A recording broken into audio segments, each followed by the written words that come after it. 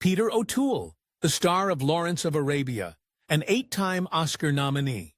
We know his story, but he was also a father to 3 children, Kate, Patricia, and Lorcan. Each carried the weight of that iconic name. So, what became of them? Did they embrace the spotlight, run from it, or find their own unique space? We're diving into the lives of the O'Toole children, and their stories are as varied and fascinating as their father's famous roles. Number 3. Kate O'Toole. Born February 26, 1960 in Stratford-upon-Avon, England. Her mom was the brilliant Welsh actress Siân Phillips, so acting was definitely in her DNA.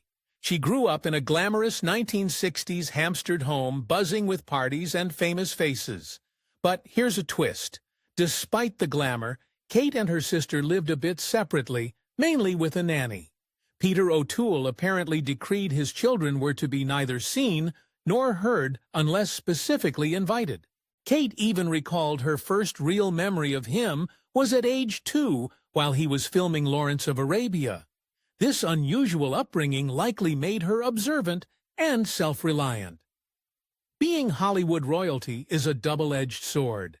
Doors might open, but everyone's watching. Kate, however, wasn't just going to ride on the family name. Though drawn to performance, she initially studied the academic side of theater at top schools like Yale. Then came her epiphany on stage during a play in New York. "I just felt so at home on the stage," she said. "I took to it like a duck to water." That was it. Acting became her true calling, and she made her mark, especially in theater, working with renowned companies in Ireland and the UK. A poignant moment was in 1984 during The Hostage in New York, when her father made a surprise stage appearance. A powerful nod from one actor to another. Her role in 3 Tall Women in Belfast, 2001, won her a Best Actress award from the British Arts Council. A huge achievement. She also earned an Irish Theatre Award nomination for Dead Funny and hit London's West End in Summer and Smoke, 2006. Kate also built a solid screen career. She actually started very young, playing her real-life mom, Siân Phillips's daughter, in the 1969 film Laughed Her in the Dark.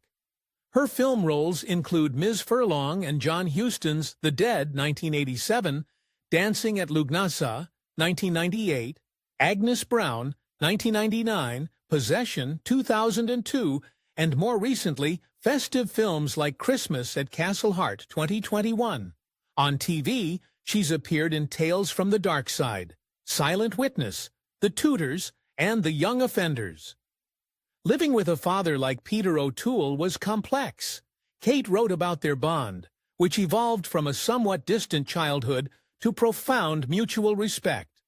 When he passed in 2013, Kate played a crucial role in making his extensive archive public, stating her respect for the past and an eye to the future in preserving his legacy.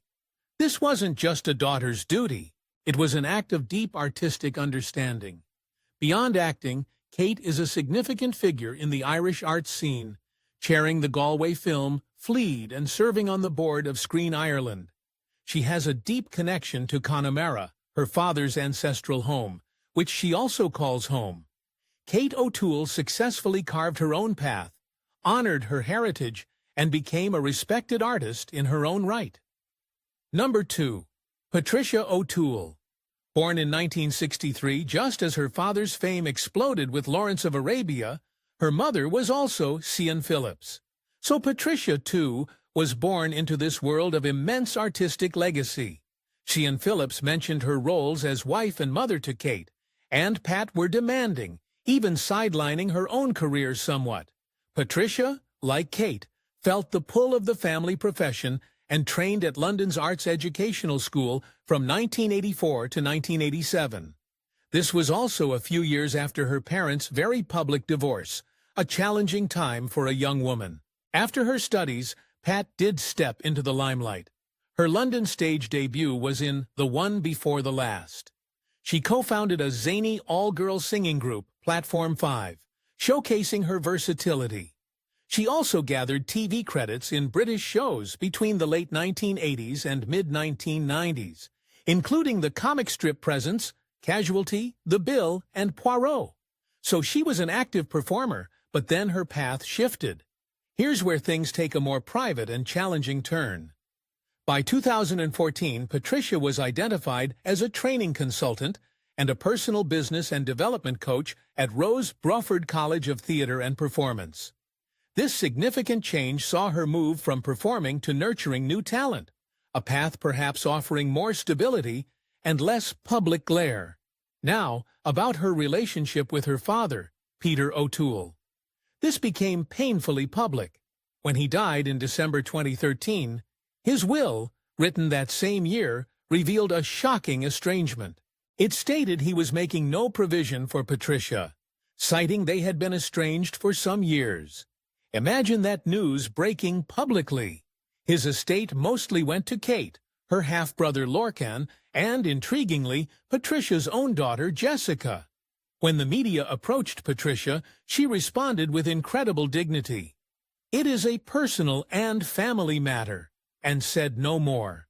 The reasons for the rift remain private. What's particularly poignant is that while Patricia was excluded, her then 14-year-old daughter, Jessica, was a beneficiary. This adds another layer of complexity to the family dynamics. Despite this, Patricia attended her father's funeral. It seems she has chosen a more private life, reportedly living with her partner in East Sussex as of 2014.